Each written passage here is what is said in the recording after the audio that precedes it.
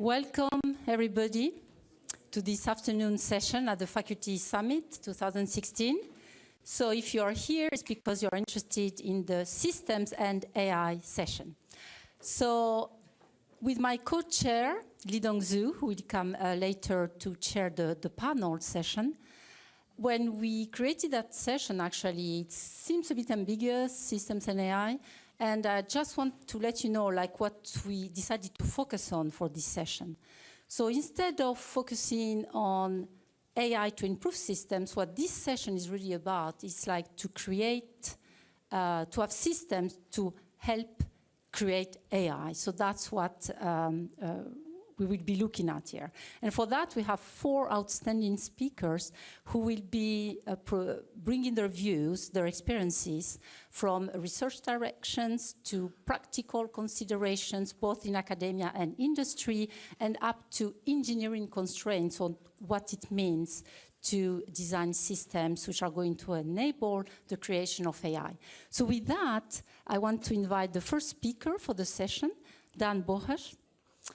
Dan is at Microsoft Research, and he's in the team, he's focused on physically situated open world spoken language interaction.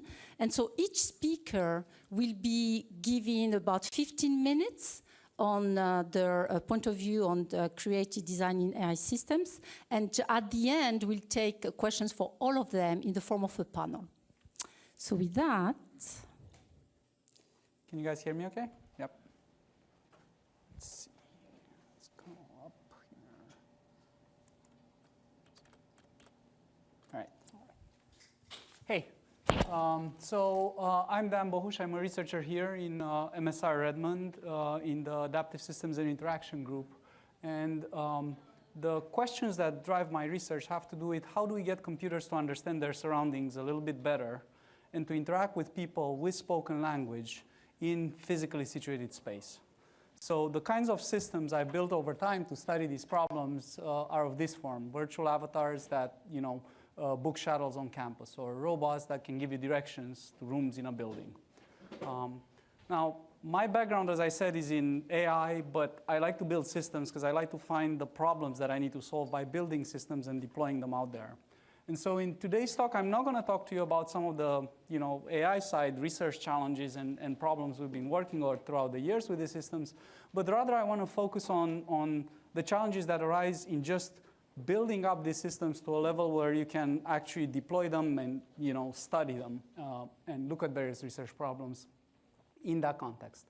And so I think there are a lot of important questions that arise basically that are at the intersection of AI with things like software engineering, programming languages, and just systems per se. So hopefully I'll touch on some of those, and I'm looking forward to the discussion in the panel after.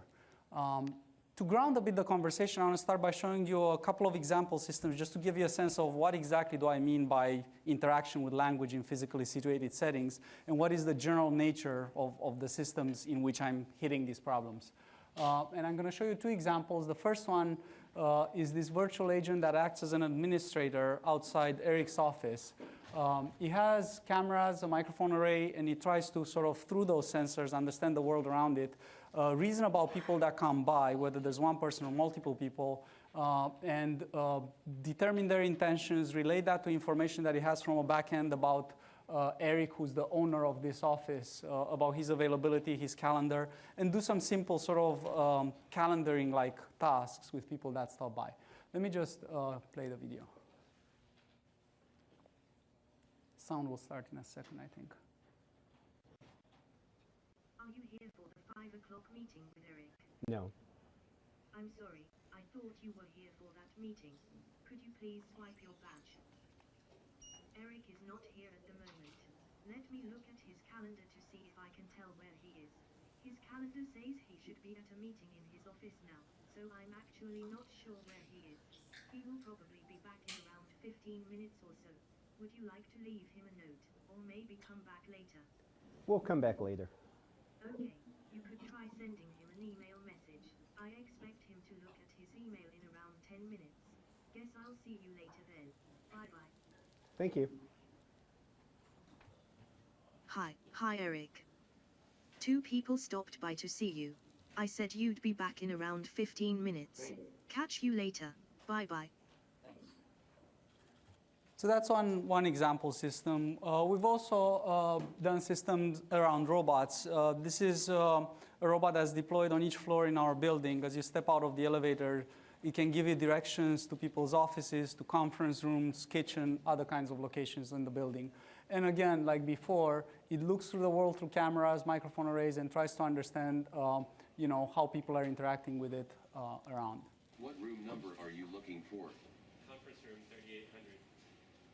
To get to conference room 3800, go to the end of this hallway. Turn right and go straight down the hallway for a bit. Conference room 3800 will be the first room on your right. Thank you. You're welcome. Also, where can I find John Doe? John Doe is in office number 4120. To get there, take the elevator up to the 4th floor. Turn right when you exit the elevator and continue to the end of this hallway. John's office will be in that wing of the building. Thanks.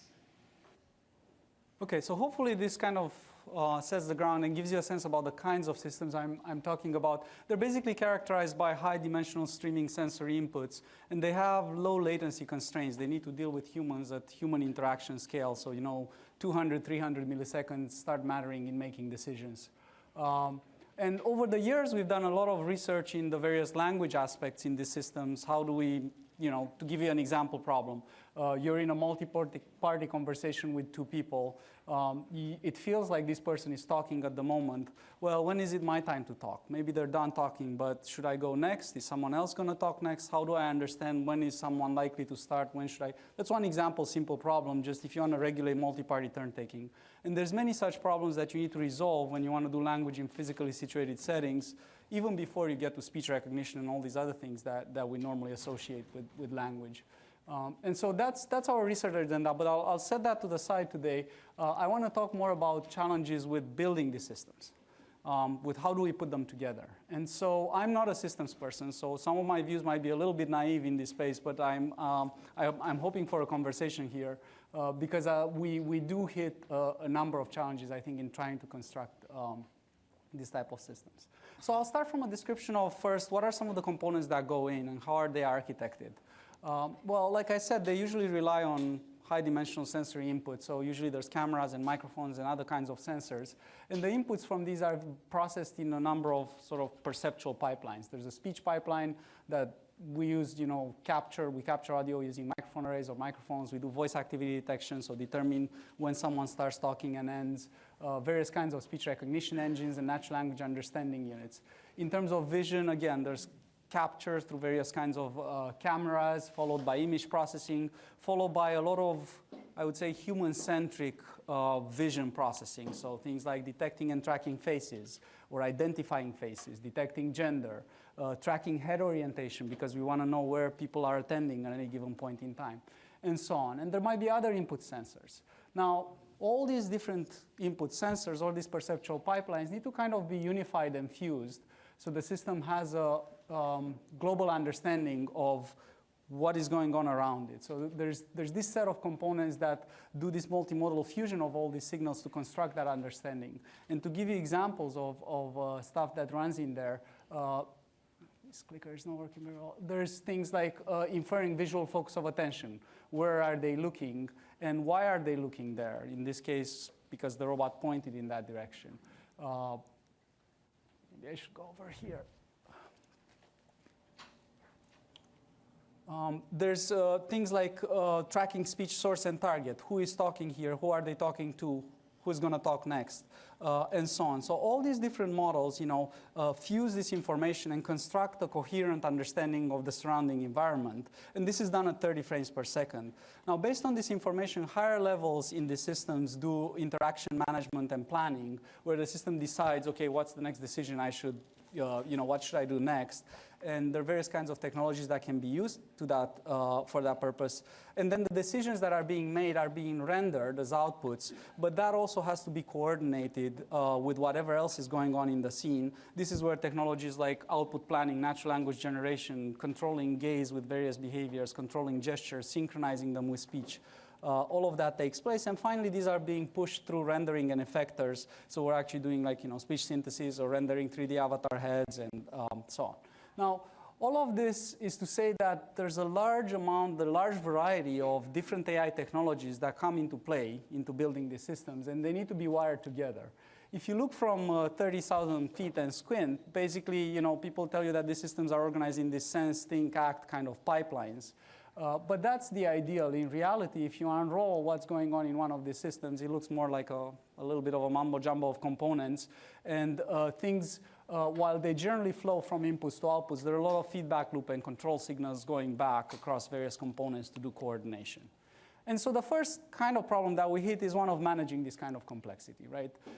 And I think one thing that creates complexity here is that all these things need to run in parallel because you have this low latency requirement. You need to interact with someone in real time. So you have to run things in parallel. So there's an interesting question in my mind here around what are some good programming models for parallel yet coordinated computation. And I know there's been a lot of research and progress and developments in the systems area in this, but I feel they're not, I don't know how to put it, maybe consumer grade. Like I cannot usually use these technologies with ease.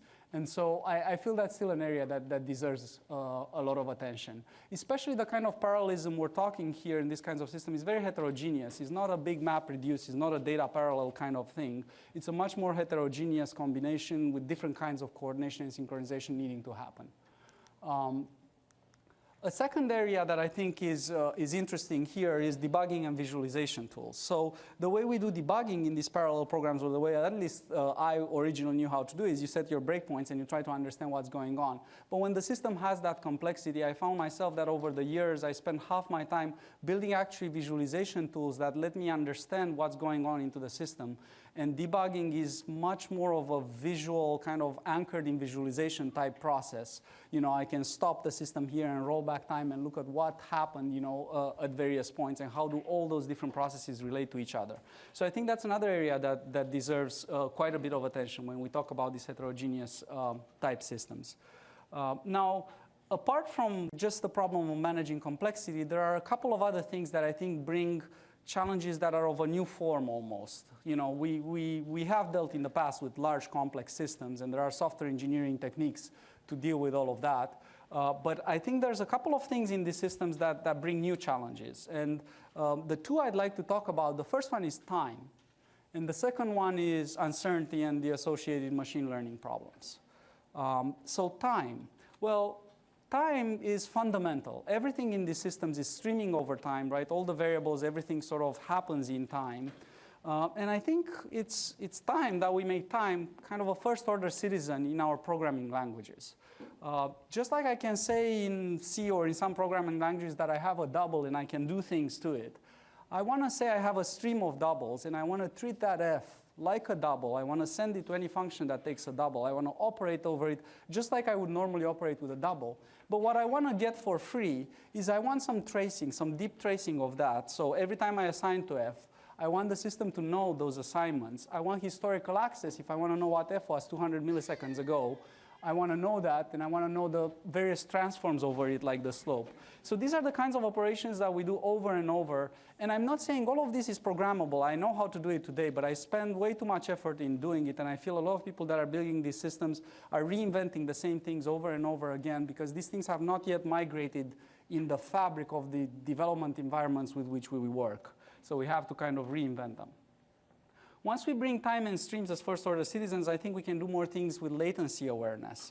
To give you an example, there's obvious questions that relate to what I was mentioning before in terms of how do you do parallel computation. There's interesting questions of synchronization and coordination. You have a component, someone in the middle of a pipeline that receives messages from 3 places, and I want to simply express that, look, if you have these 2 messages, you can wait about 500 milliseconds for this one, but if you don't get it, just go ahead and compute on those 2 and go out, again, we can program all that, but it takes a lot of work. We don't have high-level APIs that allow us to kind of flexibly, I feel, construct these kinds of coordination.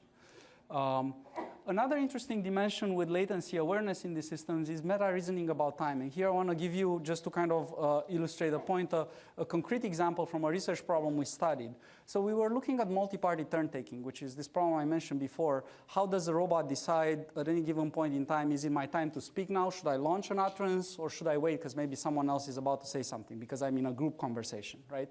And so one of the things that we found there is that we need to reason not only over the uncertainty in our sensors, where we're unclear about did they speak, did they not speak, but we need to reason about the uncertainty in our own computational time delays. It turns out that sensing takes time, and thinking about what to do takes time, and acting also takes time. If the system decides at some point, I'm going to say something, it's another 80 to 120 milliseconds until the speech synthesizer actually starts pumping out the first sound bites. And so that actually, when turn-taking, because 250 millisecond time scale matters, that needs to come into your own thinking about how you make your decisions, right? And so I'm arguing that if our fabrics know about time, then these kinds of reasoning and these kinds of decisions in these systems can be more automatized and taken away from people like me and done kind of the right way and in a robust and understandable manner. So all in all, I guess with this slide, I'm trying to say that I feel time is such a fundamental, essential property of our world, but somehow is not yet explicitly, at least in our programming languages, it feels. The other one that I think brings new kind of challenges is uncertainty and integrating ML in these kinds of systems. And I think here I'm looking at two different communities. One is software engineering, coupling uncertainty in the science of how we engineer systems. I think it brings interesting questions. I've illustrated here, I've typed down the various kinds of components that go inside a system like the robot, and I've highlighted in blue stuff that includes some form of learning in it. And so if in the past we used to compose complex systems by writing these deterministic components that humans would author, now we write systems by coupling a bunch of deterministic components like the ones in gray with a bunch of machine learned components, and they're composed with each other. And it's not clear to me that we have yet the software engineering science around how to do this well. There's really interesting issues of composability. There's interesting issues of testing and maintenance, right? Before we had unit tests and regression tests, and I know that if I send this input, I should get this output. Well, now when my model that I'm sending through is stochastic in nature, and I cannot characterize its accuracy in terms of any one input, things become more difficult. How do we think about that? There's issues of versioning. I have one of these pipelines where there's 3 machine learning models chained into each other, and I update one of them to make it better. Well, what happens to the ones downstream? So I think there's an interesting space to consider now if we think of software engineering from this perspective of now we have components in our systems that are rife with the uncertainty. What kind of problems does that bring to the community? The other one is thinking of machine learning. I feel like a lot of work in the machine learning community traditionally has been anchored, and a lot of progress that's being made in AI has been anchored in this kind of batch processing, kind of data set oriented challenges where you have your inputs and you know what outputs you should be producing. But really what we're looking at here is composing many such models. And so I think there's interesting challenges that stem first of all from interactivity. These models, once I put a model in a system, the system will behave differently. That can make the users behave differently, which in turn might shift the distribution of the inputs my model is seeing. So there's this kind of fundamental problem with interactivity. It might not hit you generally, it might not be too large, but in some cases it might. And also it's important to notice here that the outside world here is not really just the user. It's the entire, everything else in the system. If this is the model I'm training, a change to this component might affect how everything looks in my input.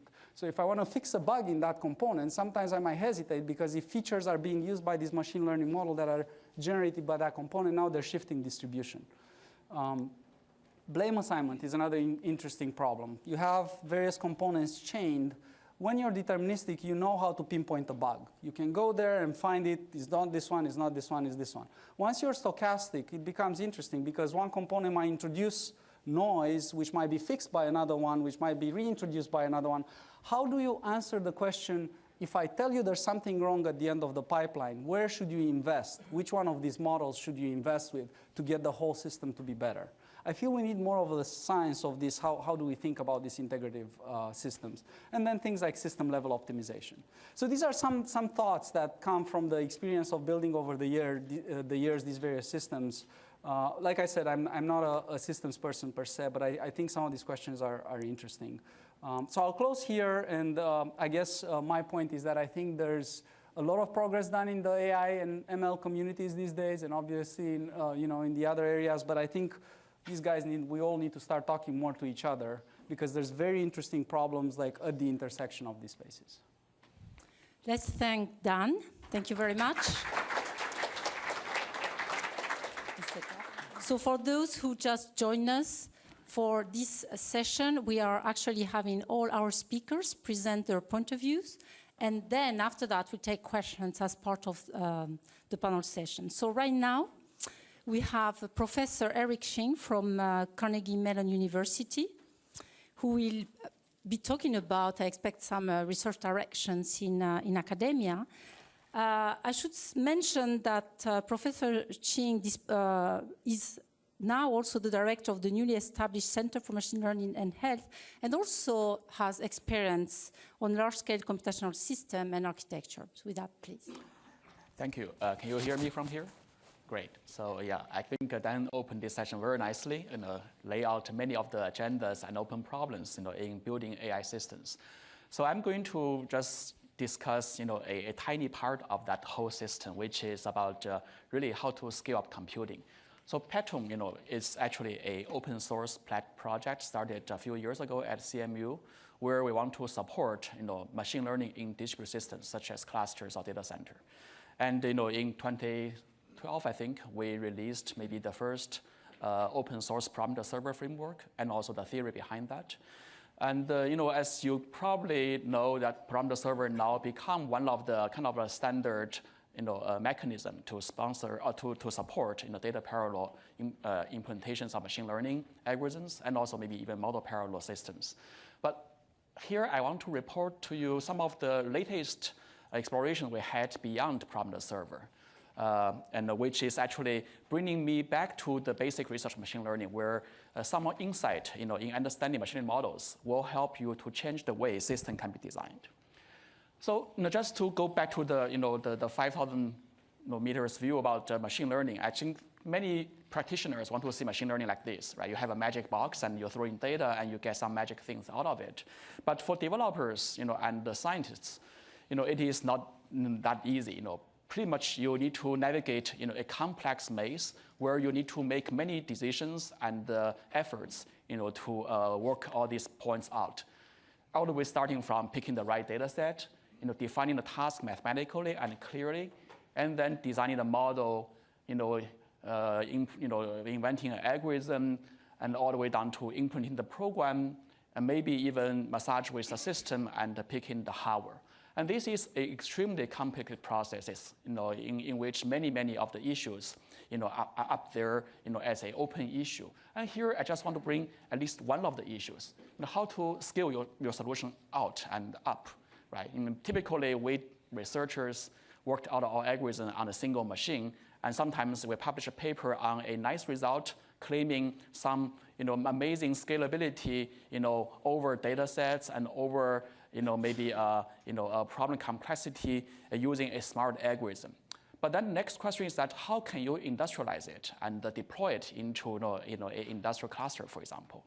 For example, I had this experience before that I happened to invent one algorithm which can process a social network of 1 million users using some fancy models, and in a matter of 6 minutes on a single machine.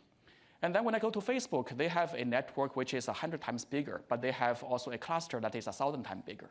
Then what's the math? Maybe you can think that, by having a system that is 1,000 times bigger on a data set that is only 100 times bigger, you should be able to solve this problem in 0.6 minutes, right? But the truth is that it never happened. You sometimes need to wait for a few weeks before you can see any answer out of it, not even a right answer. And the problem is because the system is not even built to support straightforward implementations of machine learning. And here is at least one of the issues. if you want to get multiple machines to work, it is not about just deploying your algorithm on this machine blindly. I heard friends told me from the industry that when they meet with the NVIDIA salesperson, they often get this kind of interesting conversation. They hear like, hey fellow, you want to scale up your solution or your business 100 times, right? Why don't you buy 100 machines? Then you can get 100 times more powerful on your solutions. But the truth is that to run an algorithm on 100 machines, you have to really get them to coordinate and talk to each other to solve the same problem. And very often for machine learning algorithm, it is an iterative program. Therefore, this kind of handshaking needs to be happening in every iteration through some kind of a barrier. And once this is in place, every time you have to wait until the slowest machine to finish their assignment before move on to the next iteration. And this slowness is actually stochastic and can happen on every machine. And when your system is not running just your job, but also other jobs, and also there are other users logging into the same system, or there are physical factors affecting the machine to behave homogeneously, you are really in a mess of massive delay all over the place. And at the end of the day, you actually will be bottlenecked in every iteration by the slowest factor. And that's just one of the issues in running distributed system. In fact, parallelization of machine learning algorithm is never a trivial issue. You need to first of all get it mathematically correct, and usually people just introduce some synchronization mechanisms. But the synchronization itself actually will take time, as I just mentioned, due to many of the problems in machine heterogeneity.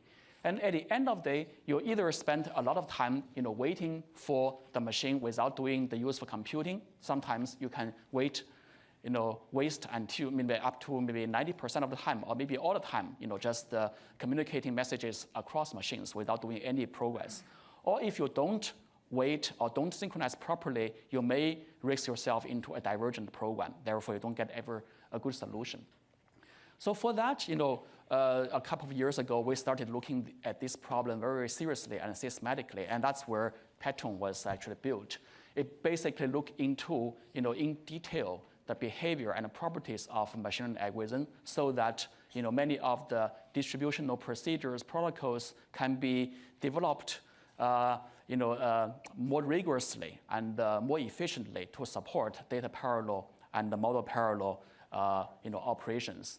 And this is roughly an architect of that. You can see there are data parallel systems built on Prometheus servers. There are model parallel systems built on schedulers, and there are independent data processes so that multiple programs can call the same data process without just crowd the memory with program-specific data instance and so forth. So in designing those systems, it's actually more than just the operating system engineer work. You actually have to know a lot of machine learning to introduce clever innovations. And here I just list a few that has been already published, including some new ways of thinking about bridging models, such as departing from the total synchronization model into a bounded asynchronous model where you leverage on the fact that the machine learning programs are resistant to small asynchronicity and errors in iterative program and without hurting convergence rate. And also the fact that the machine learning models has interesting modularity because of structural dependencies, and also machine learning parameters parameters in machine learning models sometimes have this non-homogeneous convergence behavior, so that some may converging faster, some may converging slower. So you can schedule them accordingly to introduce adaptive load balance. So with all that, we already have a system that is quite efficient against many of the specialized specialized parallel implementations of a variety models, such as topic models, regression models, and deep neural networks. But what I just said about is really just scratching the surface of all these opportunities in looking at distributed machine learning. We talked about how to handle distribution, how to bridge communications between machines, but there are other issues I want to discuss a little bit more today, which is about what topology you want to use in a distributed system, and what are the content you want to communicate in a distributed system. I found this problem quite interesting because surprisingly they are not very often studied yet in system and also ML community. Just look at this problem, for example. One of the key issues in learning a machine learning model is to really get a correct estimation of the model parameters. And of course, we need to estimate many parameters for a larger model. And naturally, you want to consider where you store the model parameters and how you communicate all these model parameters. I think, maybe without a blink, people would come up with this design, which is a centralized storage. You put your parameters somewhere, right? And you have all your workers, computing a partial solution and transmitting these updates to the center storage, and then get an update, and then the updated parameter will be passed back to the workers. And this is actually what is behind MapReduce, the parameter server kind of ideas, which is very straightforward. For some reason, I don't know why people don't talk about this alternative approach very often, which is a decentralized version, where all the workers just do the same thing exactly, and they are passing to each other only the updates, which sounds also a very natural idea, but why it is not popular, right? In fact, in the system community, if you talk to a hardcore system people, centralized scheme is never a favored solution, because that kind of inherently has many weaknesses, such as fault tolerance. You have a single point of failure where, what if something happened to your parameter server, and if something happened to the master, then the whole thing will crash. Therefore, it is actually not necessarily a cheap system to maintain, and also a robust system. But it is becoming widely exploited because of its conceptual simplicity. It is kind of fitting very well with this iterative machine learning idea, where how do you call the for loop? How do you kind of partition computing, very logically, on different machines? On the other hand, this peer-to-peer topology, which is by system standard quite robust and homogeneous, is not very friendly to machine learning for maybe a practical reason. Because when you do a peer-to-peer system, you have to basically send a lot of messages. Every machine is to send their message to all the other machines. And for a machine learning program, the message you have to send is the parameters of the model, which is a very, very heavy duty, right? You imagine that you have a model which is big, like what we often see as the matrix parameterized model. Typically, these models has very, very big parameters. I'll give you some examples of these popular models, such as neural networks, topic models, and multitask regressions. They all have in the order of billions of parameters. And also, when you derive the equation for how to learn all these models, the amount of updates that has to be transmitted to learn all these models is the same size as the model itself. And imagine when they are propagated in the network, you are going to run into a nightmare. But it turns out that if you look at the math a little bit more carefully, these kind of delta W, which is the updates of the model parameters, has sometimes a very interesting structure.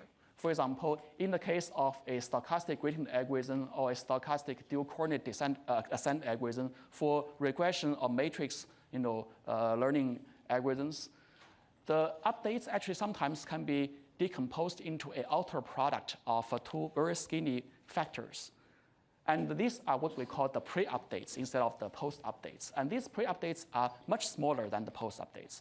What if you use a topology like this, where you send these pre-updates, which are merely just two factors, to the system, and then let every client to assemble the post-updates locally? Then that kind of solve the problem of a communication bottleneck. Additionally, you can explore many other tricks, such as not sending the messages to all neighbors. In fact, you can randomly choose a subset of neighbors and send the message to them. And also, you don't have to compute the updates based on all data. You can choose a subset of data based on some properties, such as the data diversity and other properties, to compute the updates much more efficiently. So all these tricks actually can help a peer-to-peer system to generate a very good performance, sometimes even better than the centralized solution. We have a theorem actually already showing mathematically you don't have to worry about the correctness of this solution. In fact, this solution also can be combined with many other tactics, such as using the still synchronous parallel bridging model to send messages, so that you don't have to synchronize it all the time. So with all that, we actually implemented a system, based on the ideas I had before, which is, really built on this sufficient factor broadcasting. And we compare that solution to, a parameter server implementation and to standard popular, parallel systems such as Spark and Hadoop. And you can see that there is a huge opportunity to improve on the convergence speed across different algorithms. In fact, over a system of 28 machines, we were able to show that our implementation can be 5 to 6 times faster than a parameter server solution and more than 10 times faster than a solution built on Spark. And also this solution is surprisingly linear in scalability to number of machines. Even though peer-to-peer gives you the impression that it is quadratic, but because we choose only a random subset of neighbors with a bounded size, therefore, when you increase the number of machines, you don't actually increase the cost quadratically. And this curve shows you a experimental evidence of that kind of complexity increase. So now people ask, okay, so we have this very nice SVB system. Is that mean that we have the end of the era of parameter server? Well, the truth is that maybe it is not that bad. In fact, the parameter server solution is still a good one if you have problems where the parameters are not so big, because it is indeed having a more effective update cycle compared to the suppression factors. So for those models, for example, in the neural network case, you have some interesting scenario where there is an opportunity even for you to combine the parameter server and also the sufficient factor broadcast. And here is why it can happen. Look at this neural network, which is the architect behind the AlexNet. On the top layer, in here, I believe, you have a very kind of large layer with many latent states, and typically they have the 4,000 by 4,000 kind of a matrix of parameters, which amounts to a few tens of millions of parameters to learn, and that's very heavy to propagate in the network. For that, you can use the SVB idea. But for the bottom layer, where you have a rather small network, you can basically use a parameter server to do the communication.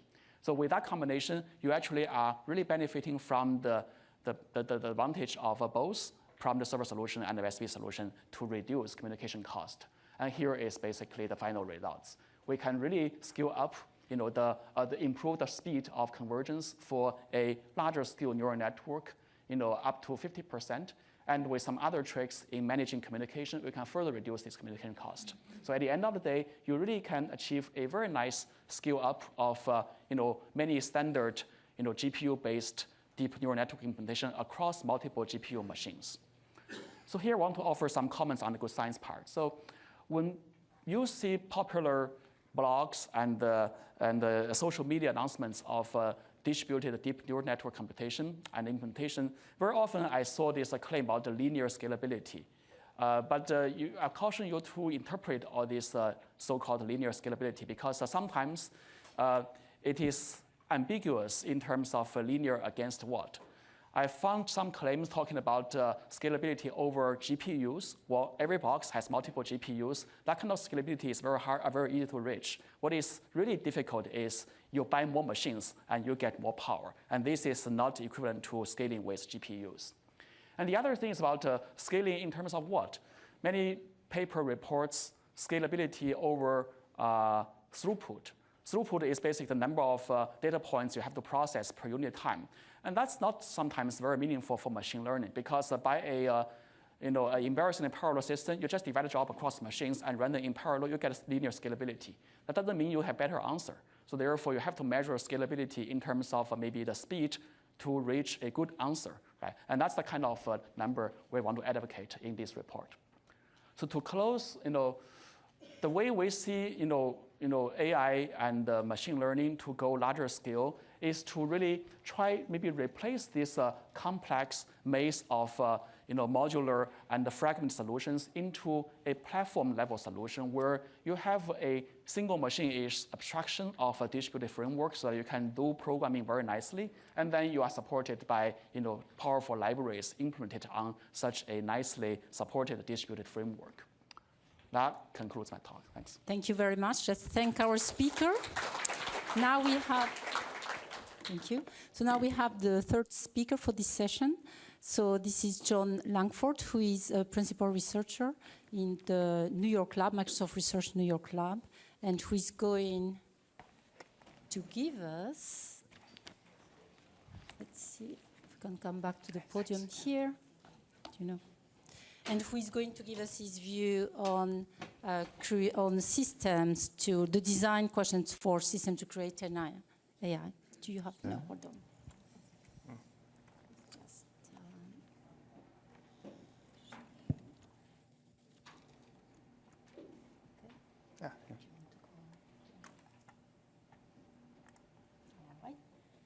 Okay. Yeah. All right. So I'm John Langford. My presentation is going to be, I guess, different from others because previously I was in an AI panel that was boring because everybody agreed. So I'm going to try to prevent agreement. Let's see if I can make this go forward. There we go. Okay, that's me. Okay. So this is about how to not create an AI system. These are my opinions about how to not create an AI system. Okay, so the number one system, ignore machine learning. Right? So I think there's actually been a long history of ignoring machine learning. And it's actually kind of fascinating. There's still some of the very old AI guys around who don't like machine learning. And the world has kind of passed them by, so it's kind of a strange situation. But what is it about machine learning that I think is particularly important?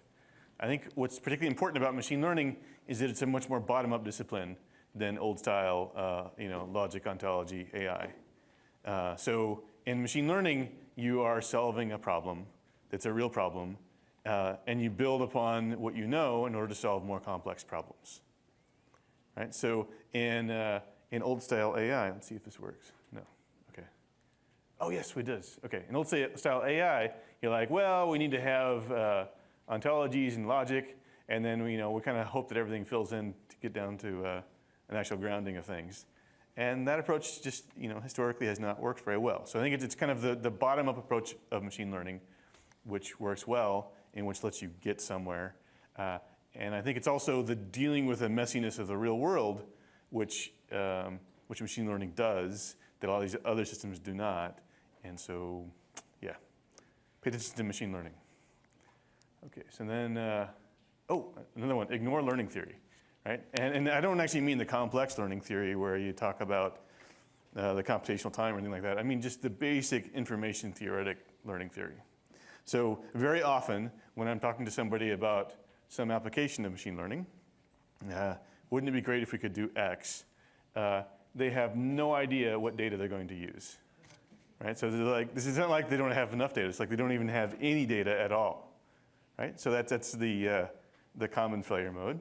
And then the other thing which happens very often is you collect the wrong data, right? So, I'm not going to be talking about my own systems right now, but there's going to be a session tomorrow on this complete learning where we talk about how to do exploration so that you collect the right kind of information so that you can actually solve the problem effectively. That doesn't happen amazingly often. So people are very often trying to use the wrong data to solve the problem, and unsurprisingly, it doesn't work very well.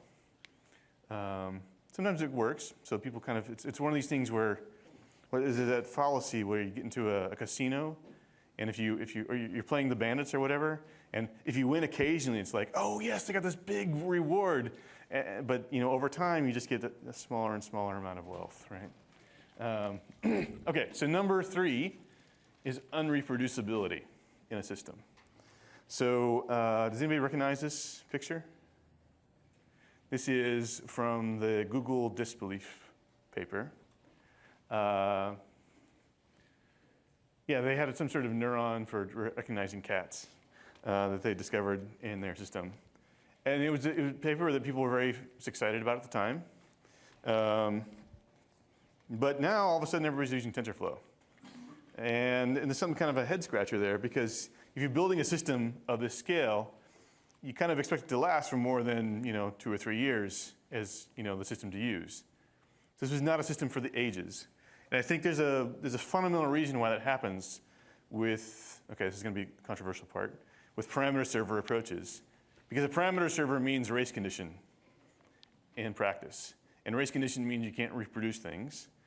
And if you can't reproduce things, you can't debug things. And then it just becomes very difficult to actually use.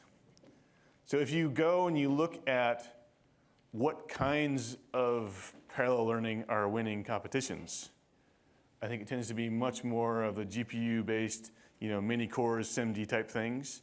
Or if you actually go into multiple machines, what you see is more of the all-reduced style stuff. So I think lack of reproducibility is kind of a critical problem that can easily come up when you're trying to create an AI system. This probably also applies to your system as well. And you need reproducibility, I think, to really debug things. So reproducibility, I think, is a fundamental value that you can easily lose. Okay, so then number 4. This is a book. I don't know if anybody recognizes this book. This is one of the books that got me excited about machine learning a long time ago. This is published in 1994.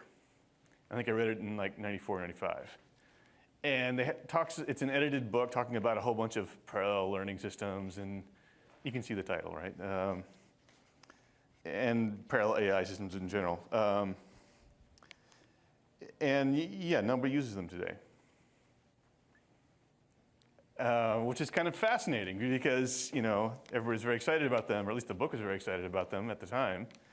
So why is nobody using them? And the answer is, well, they're kind of unprogrammable. The problem with parallelization in general is that you easily can run into a situation where, it's just, there's a lot of overhead associated with making things work in parallel. Maybe you have to refactor your code in funny ways because you have to have a map that's separate from the reduce, and you just really much rather write a sequential block of code. So that's kind of awkward. And then what happens is, the field advances, they have some new algorithm, and then the new algorithm is just better than the old algorithm, even if the old algorithm is parallelized, and then, it's lost. So I think there needs to be a story about why the system you're creating is like 10 times easier to program than any typical alternative. And when you have that kind of story, then I think it becomes much more compelling to think about. Okay, number 5 is Me Too. So there's been several sequences where I remember there are times when everybody was talking about the machine learning toolkits. There were times when everybody was talking about parameter servers. There was times when everybody was talking about these graph things like CNTK and TensorFlow. That's kind of the current craze.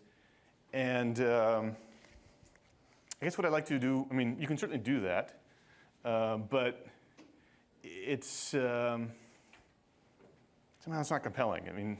What survives in the long term is maybe 1 or 2 of the systems or something like that, not 5 or 10 of the systems, right? And there's a lot to do, so why do people just keep doing the same thing? So I think that if you want to make a new AI system, you should really be thinking about doing something which is new, just not the same thing as previously, right?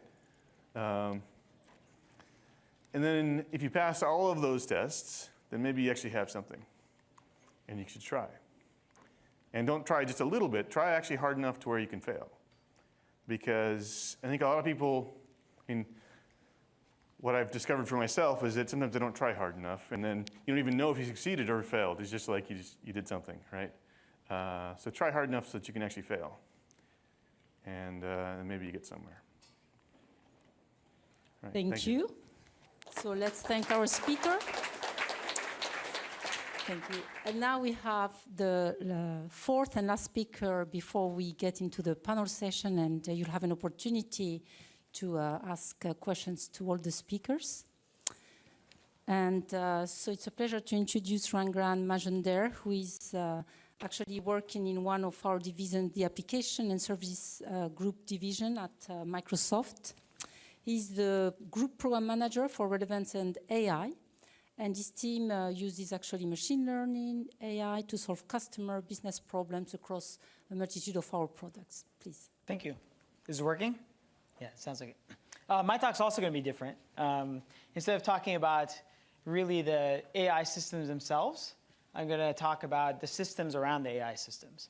So I'll tell you what I mean by that in a second. So I've been working on these large-scale AI systems for about 10 years. So what do I mean by large-scale systems? Two of the products that I've worked on are Bing and Cortana. So Bing is the search engine by Microsoft. Cortana is the personal assistant by Microsoft.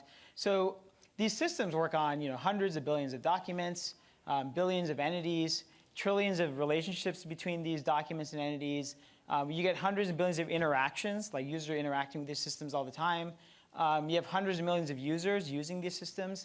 And then usually you have thousands of engineers actually working on improving these systems all the time. So I'm going to talk about some of the lessons that we've learned in building a system like this. So the first lesson, which is really important, is you get what you measure. So if you really want a really good product and you want it to be proud of it, the best way to start is build a really good metric around it, right? And in fact, if you aren't measuring some aspect of the product that you think is important, then probably you're never going to improve that aspect, right? So this graph at the bottom is this graph of a relevance of tail queries on Bing back in 2009. And one thing we noticed was Bing was really, really bad on these queries that we don't see very often, right? And we're like, man, we really suck on these queries. What do we do? So first thing we did was create this tail metric, and almost immediately we had a bunch of improvements start shipping. Like people just knew, I know now how to measure this problem. I can clearly get feedback. I'm making progress. While we looked at every other ship we had before that, and we weren't making progress at all, right? So getting that metric, getting that measurement of your product is super important. And there's a lot of different measurement frameworks you can use, but these are the simple questions you can ask. What are your product goals? What are the key tasks and scenarios around that? What are the signals that are correlated to that? So for Bing, it was, are users clicking on results, right? So that's one. But it can get more and more complicated. So what you want to do is not just take these signals, but build composite metrics using these signals. Like, you click on a result, but you don't come back very quickly, right? That's a good sign. And sometimes, you need to really think through the scenario to really understand what's going on. So one of the measurements of a search engine one of the business goals is to get share. We want lots and lots of queries. But one of the things we realize is if users are really successful in their task, they don't actually issue lots of queries. They issue a few queries, get to the result, they're done, right? So you need to also understand what is that scenario, what is that task, and what is the right metric to build so that you optimize for that, right? Otherwise, you might get people saying, okay, I'm going to confuse the user for a really long time, and that's how I get lots of queries, right? Lesson number 2, data is powerful, instrument everything. So the first thing I would ask is, can you build a chart, just a really simple chart of what's happening in your system? Number of users over time, number of clicks over time, things like that. If you can't even do that, I wouldn't even try machine learning. Many times we build these systems in parallel with trying to build machine learning, but almost always the data scientist gets frustrated. Like, I can't get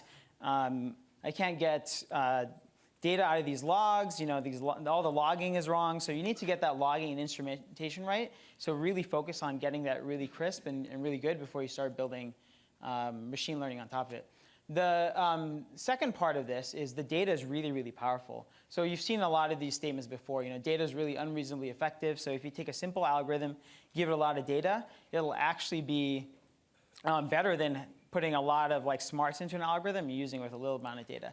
The second thing is you can use all this data to understand and get ideas of future improvements. So everyone has limited resources. So the question is, how do I have the most impact? What you can do is you can look at all your logs, look at your, the instrumentation, and see where are users getting frustrated, where are they getting stuck. And that's where I should put my resources in order to get more impact out of my system. The third is you can use data to validate your ideas if they're good. So A/B testing has been really, really powerful in terms of building better products. And I'll talk more about this in the next one. So one example of this is we used to debate for a while, what's the right result for the query Mahjong? So half of us were saying, well, nobody knows what Mahjong is, so we should show this Wikipedia article. But the other half were like, people searching for Mahjong want the game. And all we did was we looked at the data and we saw it was true. Most people actually want to play the game. They know what Mahjong is. When they're searching for it, they just want to play the game. And this is something, if you didn't have the data, you would never know what the right thing to do is. So just go get the data and just do it. The third lesson is experiment a lot. So this is something we actually shipped, like a real product decision. And this was by the ads team. So the question we had was, we want to maximize revenue per pixel. So you can either ship ads experience A or ad experience B. And the difference, but of course, B is bigger, right? So you can either put 4 A's or 3 B's. So I just want to do like a quick test with all you guys, right? So how many of you guys think 4 A's is better than 3 B's? So raise your left hand if you think A is better. If you think, keep them up. If you think B is better, raise your right hand. Okay. If you think they're all about the same, don't raise your hand at all. So, all right. So it looks like it's pretty split. So the answer is actually B. And the reason I'm showing you this is there's no way you could have really, or many times you can't really tell. And a lot of these folks have strong opinions on like A is definitely going to work, right? In fact, the fact we built this thing out means someone has a strong enough opinion to spend a bunch of resources on it. But what we found out is only a third of the ideas actually move the metrics we care about. Another third don't move them at all. And then worse, another third actually hurts users. So things you think are actually going to be better for users are not. So that's why this A/B testing is super, super important. So we experiment a lot. No matter how smart you are, it's really hard to tell which idea is going to work. So try lots of ideas, try them in parallel, do them fast, and optimize for your system's throughput. So I'd say you're never fast enough. Agility is really, really important. And many times we have ideas that actually improve our performance, but they would slow down agility, and we decide not to ship them because that will actually hurt our performance in the long run. The fourth lesson is avoid p-hacking. So here are a bunch of real news reports that have gone out. So one is sugar may cause cancer. Another one is a glass of red wine is equivalent to an hour of time at the gym. Sounds pretty amazing, right?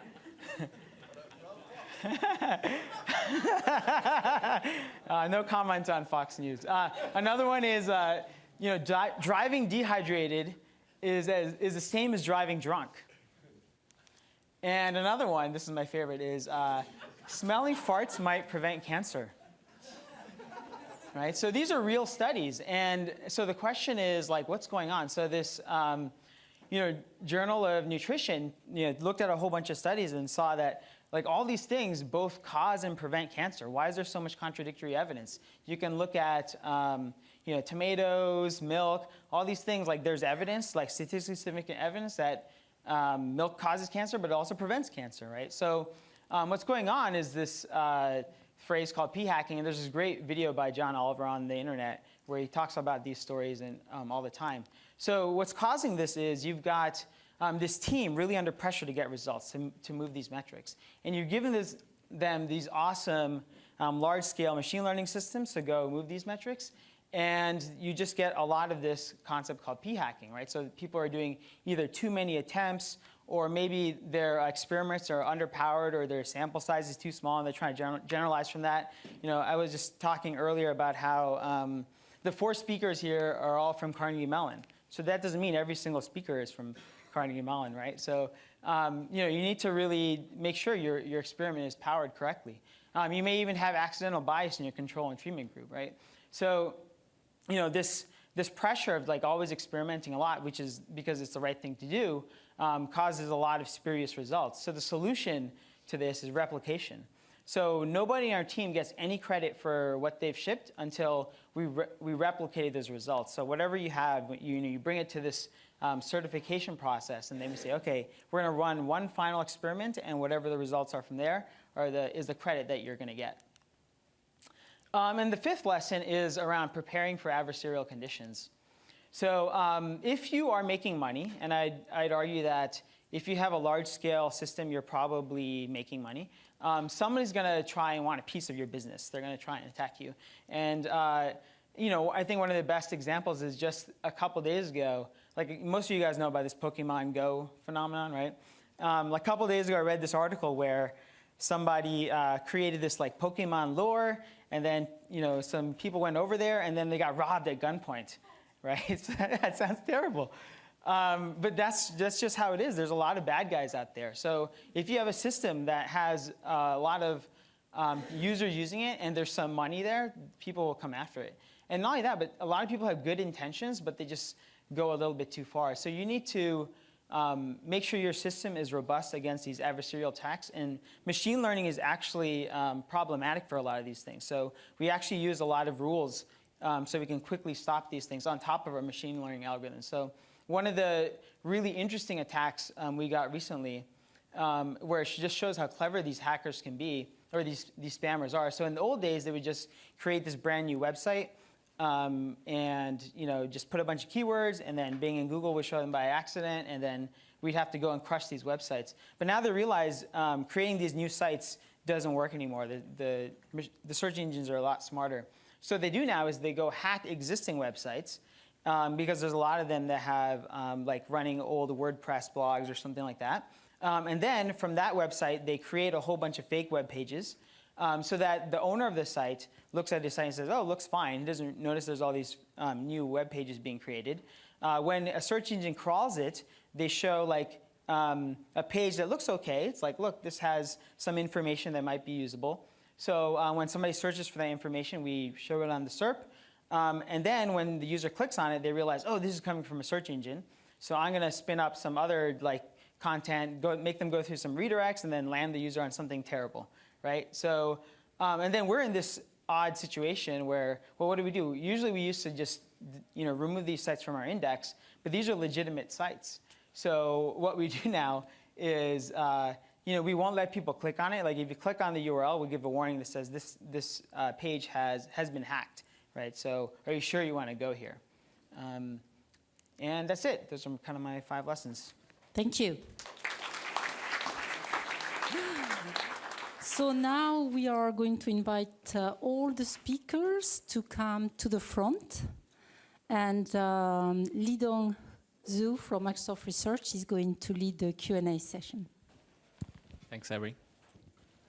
Do you just send these? Well, now you have heard the wonderful talks from our speakers, and they've shared their experience and also their viewpoints, and some of them may be controversial or conflicting. So it's actually now your chance to ask tough questions and challenge their viewpoints. And we have the next 25 minutes for a good discussion on anything you can think of around systems or AI.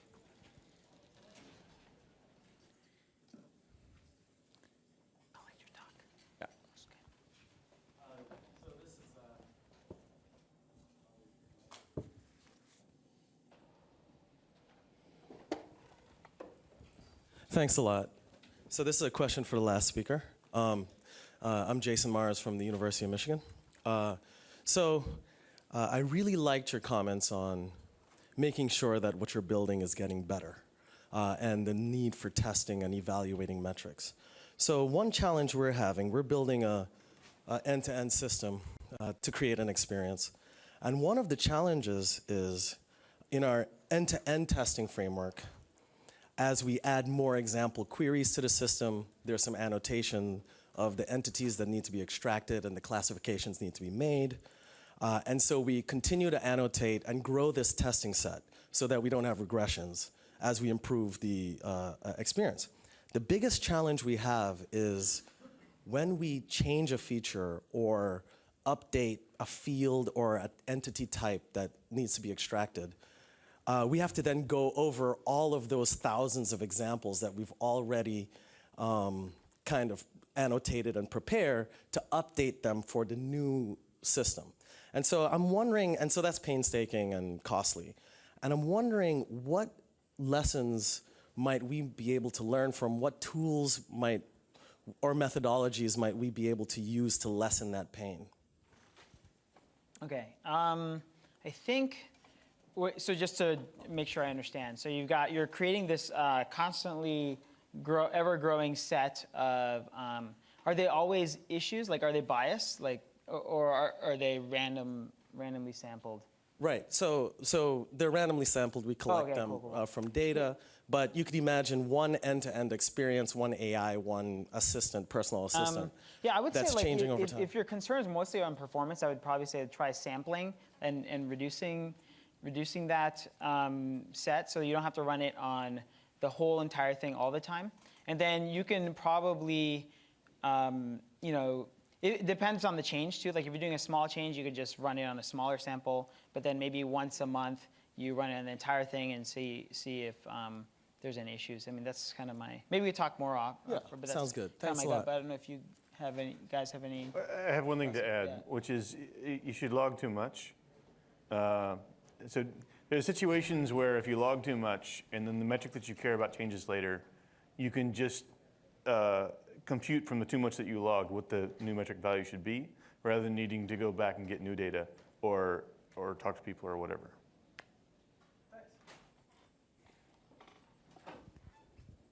Okay, I'm Dapeng Avle Wu from University of Florida. Actually, I have a question for Eric Shin. Actually, we have a joint proposal, and I said proposal last year, $5 million. So in the proposal, I saw talk about similar thing about the reduction of this speed up of this machine learning algorithm. The question is, when you do this factorization for the W, what if the W is a full rank? Then it cannot be factorized into the simple U times V transpose. Yeah, I got exactly the same question yesterday in San Francisco. Yeah, if it's a full rank, I have a less mathematical clean way of maybe massage around. I could break them into pieces and pass piece by piece. That's something what I'm guessing. But the idea is that there is no solution that is good for everything. You know, I guess these kind of tricks, such as sufficient factors or parameter servers, I don't think they are good for all algorithms. One of the insights I personally gained after working so many years in machine learning is that you want to first do maybe a classification of machine learning algorithms by itself. There are thousands of algorithms, and you classify them into kind of clusters, and then in that granularity, you can design a reasonably generic solution, but it's definitely not a single solution for everything. For example, right now, I acknowledge that there are very few good solutions to deal with sampling algorithms. All you see are really based on gradients, optimization-based algorithms, right? So obviously, there are a lot of open kind of space for people to look for more solutions. Okay, thank you very much. I have something to add to that, which is I've never actually found a problem where there's a large number of unique features and you're full rank. If you have a small number of unique features, then there's parallelization techniques which are very easy. And if you have a large number, then I've never seen something which is actually full rank. Good point. Okay, thanks.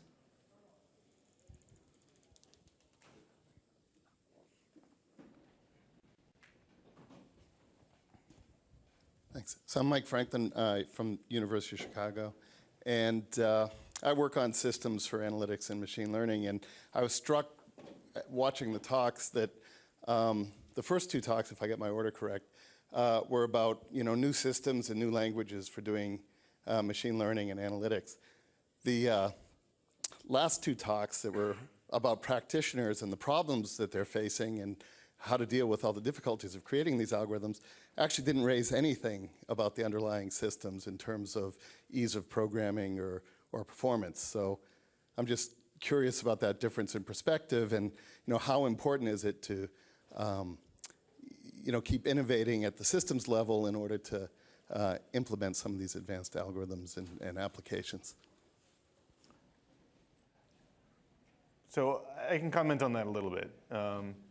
There's a number of cases where I've seen the way that you program or the way that the system is designed make an enormous difference in the feasibility of creating a solution, right? So I like this all-reduce approach to parallelization. And I think the fact that it's super easy to program makes an enormous difference in how easy it is to actually use and how widely it is used. I also like this. So oftentimes when you want to do a prediction, you're trying to predict a joint set of things, not just a single thing. And then you want a system around that problem space, which helps you predict that joint set and do the credit assignment like what you were talking about. So if you have a system support, it becomes an order of magnitude, 2 orders of magnitude easier to solve these problems well. And if you don't have that, then it's kind of enormously difficult, and you end up, because it's so difficult to program, you end up getting by with a weaker solution because you don't have the system support to do that. So I want to add that I think programmability is really, one of the ignored issues in machine learning. Usually, honestly, the kind of mechanisms behind parameter server or vertex program can be all achieved if you are willing to do MPI and just code up your solution on every machine. And I think people create this kind of abstraction now, in the machine space is kind of an effort again, toward, making them more programmable. Of course, right now, many of the advanced solutions in communication, synchronization, and in model parallel remain to be improved. I myself, for example, I've been working on a lot these days on how to do model parallel, and we have a lot of solutions to, generate efficient, outcomes to parallelize big models and to coordinate load balancing and so forth. But yeah, indeed, we need help from the system and the, and the PL community to help us generating the right interface for larger population to use it.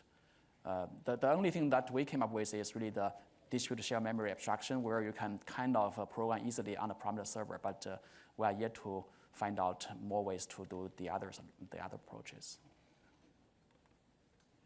I think there's also, in my mind, there's different kinds of systems that we're talking about, right? At one end of the spectrum, we're looking at systems where we're constructing the system in order to do machine learning, for instance, data analytics at very large scale, right? Like cloud, parallel, solve some sort of AI, like machine learning problem.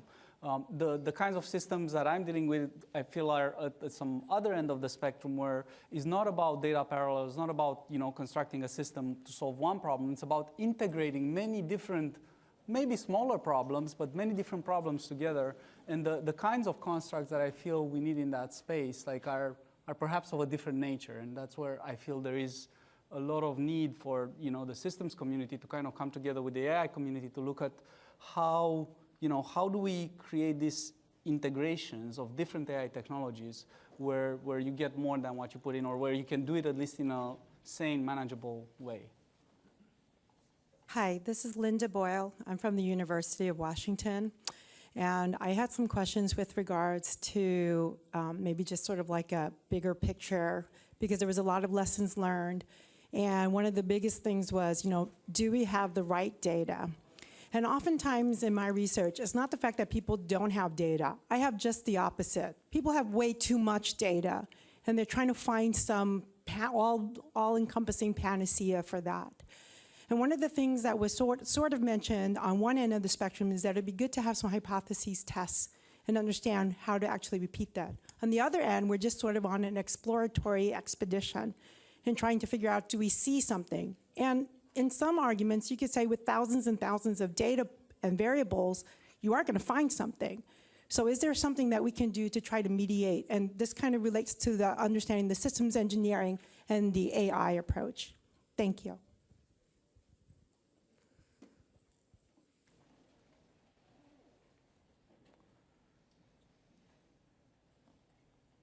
Did you want to comment on her? Or I saw her raise hand, so I don't know. Yeah. It's a really good question. I guess you need to do, sometimes we just, you could break down, AI into, supervised learning versus unsupervised learning. And maybe that's, kind of one angle I thought of when you're saying, look, I've got all this data. What should we do with it? And you could play around with it, understand the distributions, and then see if something pops. And a lot of times, since I'm going to bring my PM hat because that's my angle on things. A lot of times we come up with feature ideas that way. We're just like, let's go look at the data and see if we can discover something interesting that people are doing or people are struggling with. The other angle is you come in with a point of view like, this is what my product stands for, right? This is my customer promise. And then you say, now let me find the data that is kind of supports and helps me accelerate that point of view, right? So what we do is we optimize. There's I think different tiers of way we store the data. So one is like this very unstructured kind of throw everything in a data lake point of view. And the other one is, I know I'm going to come back and query this data a lot, right? So then I kind of optimize and index it, right? So I think maybe one thing to think about is like, what are the research agendas for UW, and separate the data into those two sections. And you've got some data where people can go play with, maybe discover something new, but then you've got other data that is indexed in a more optimal fashion for those research agendas that you have. Yeah, I want to add that in my past experience, I kind of feel that there is no data that is bad data. It's only the data that is not good for your task. If you already have a goal in your mind, you definitely prefer some data over others. But if you are willing to discover, for example, new patterns that is out of expectation from data, then it is really the problem of whether your model is powerful enough to discern all these details in the data. So I think this interloop has to be kind of respected so that you don't easily just throwing away data. You may want to be receptive to new patterns from data.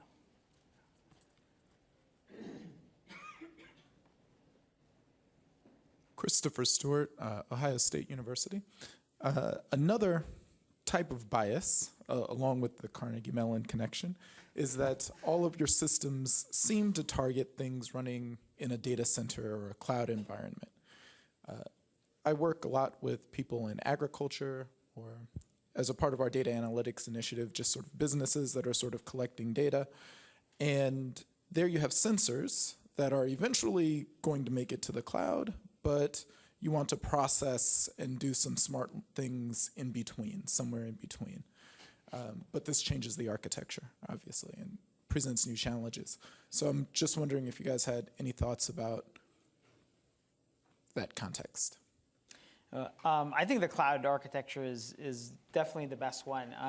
We've had, I think, we learned a lot of times, having this, some of the logic on the client and then some of the logic in the backend in the cloud is hard to synchronize, and sometimes they have issues. But Cortana is one of those good examples. We had a lot of the intelligence on the Windows machine or on the Windows phone, but now we're putting more and more smarts in the cloud because it's just easier to update that way, right?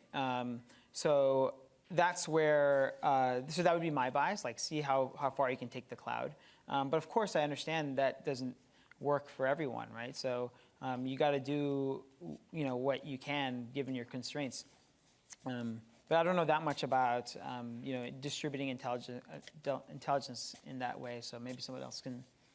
I do think there is I do think there is a class of systems, that have low latency constraints, where I wonder, I don't know the answer. I wonder, how far can we push cloud solutions and how much do we need to be on the client? In the systems I've worked with where you need to interact with language, like I said, 200 milliseconds matter in an inference. And so if you can round trip in 200 milliseconds, you're good. But if you cannot, you need some sort of fallback. And so I think there is a class of sort of systems, especially for systems that are actively engaged in some sort of task in the world, flying drones, robots, things that are, maybe agriculture, I don't know, things that have these sort of low latency constraints. I think there is a place to kind of understand what are the right architectures and how do you blend with sort of how do you back off and how do you blend with cloud solutions. So for the decision service that I'll be talking about in the complete learning session tomorrow, we have an actual client interface, a client library essentially, which sucks the model off the cloud and lets you do the evaluations locally.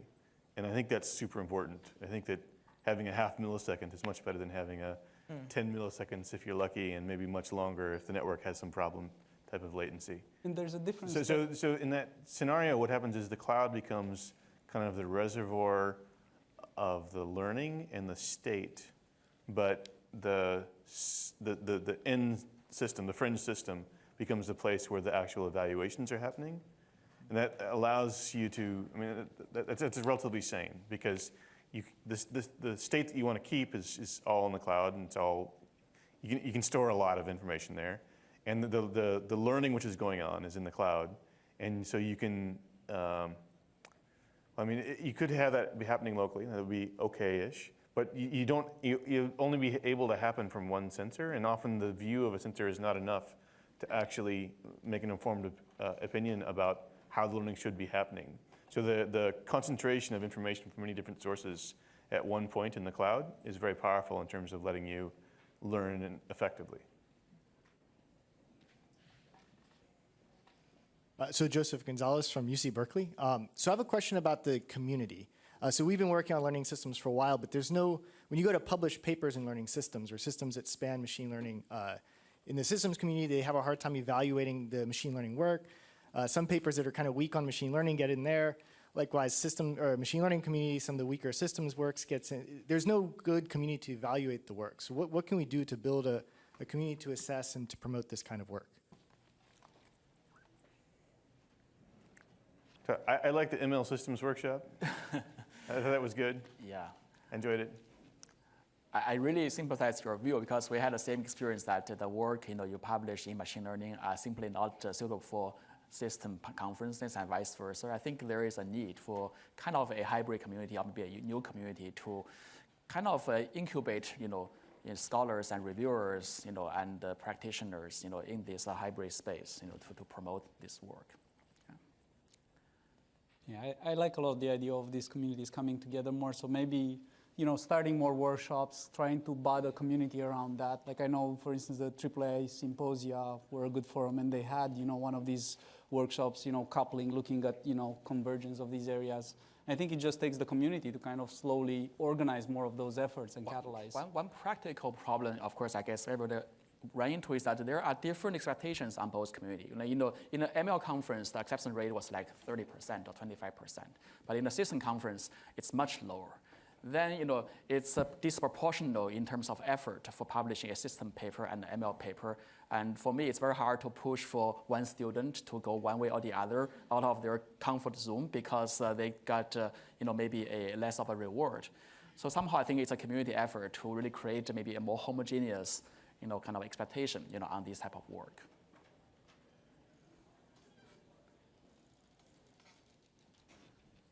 Hello, I'm Aaron Quigley from the University of St Andrews. If I could ask each of the panelists, is there an area underpinning systems and machine learning which you think isn't being as responsive, or isn't taking advantage of the research and the developments that are going on within your field, that you would like to see more engagement with? And on the sort of user end, are there areas which you think aren't starting to use or aren't taking advantages of the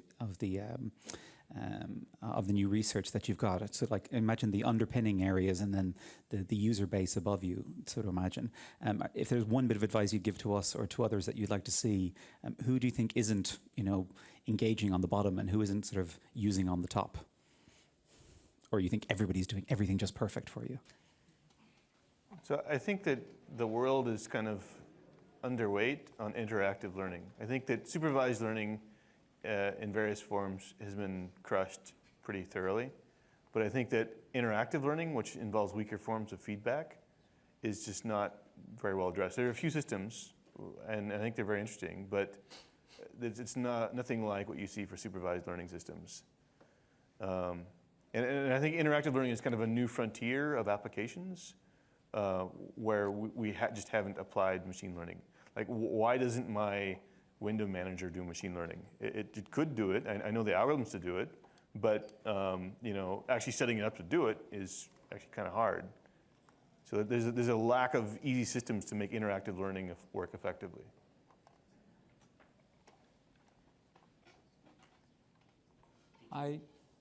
So I echo what John is saying. I think I'm on the same page with him. I would add to that, like, from my background, is this idea of integrative systems, this idea of systems that bring together different components. So having not one machine learning problem, but 10 machine learning problems somehow working in synchrony in the same system to produce one output.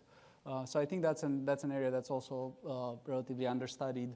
And I think what I would like to see come to the party is I think the software engineering people and the PL people. I think there's interesting things that, like, I don't know, we're cobbling these systems together and everyone is a one-off. We don't have yet anything close to a science of how to do these things, I think. Yeah, well, I have very little to add. I mean, from a university, faculty standpoint, we have very limited resource in promoting adoption. All we can do is to start an open source project and put up code up there. And if you are a senior researcher, you may have a little bit more voice in the community to promote it. But for junior and starting in the faculty or students, it's been hard. So I think, I'm also on the look for better ways of promoting, interactions and integrations between the industry and academic, on adopting new solutions. But also, I think it is the limitation is not only in terms of getting the message across, but also in terms of finding good use cases and data, so that your invention finds a sweet spot in a solution space. Right. So that's all I can comment at this point. Yeah, I agree with a lot of what everyone else just kind of said. And I've been spending a lot of time with deep learning recently, and one of the challenges I've been having is just keeping up with all the research. Seems like every week there's a new paper beating some new benchmark. It's tough to keep up, and I imagine that's happening in probably lots of these communities. So one thing I worry about is, like, are the communities getting together and cross-sharing a lot? One area that we've been talking about recently is doing machine learning over secure data, right? So I just learned about this technology called homomorphic encryption, right? And you could train, you could do machine learning over it, right?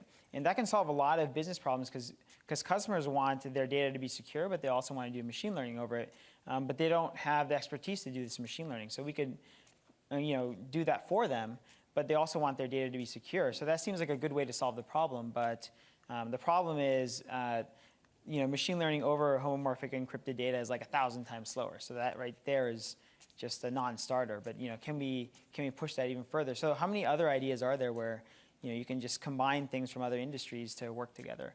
So I guess that's my thought around that. Okay, so let's actually thank the speakers again, and thank you very much for participating. That's the end of this session. Thanks.